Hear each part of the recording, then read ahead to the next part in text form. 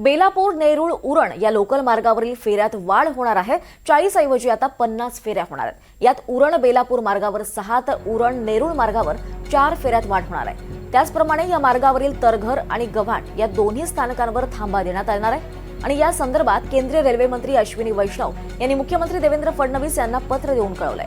ही सेवा काही काळात सुरू होणार असल्याचंही या पत्रात नमूद करण्यात आलंय। त्यामुळे या मार्गावरील प्रवाशांना दिलासा मिळणार आहे।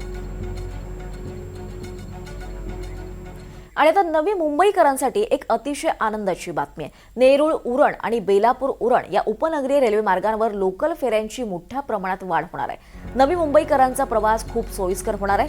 नेरूळ उरण मार्गावर 4 अतिरिक्त फेऱ्या तर बेलापूर उरण मार्गावर 6 फेऱ्या सुरू करण्यात येणार आहेत। विशेष म्हणजे तारघर आणि गव्हाण इथं नवे स्टेशन देखील मंजूर करण्यात आलं आहे।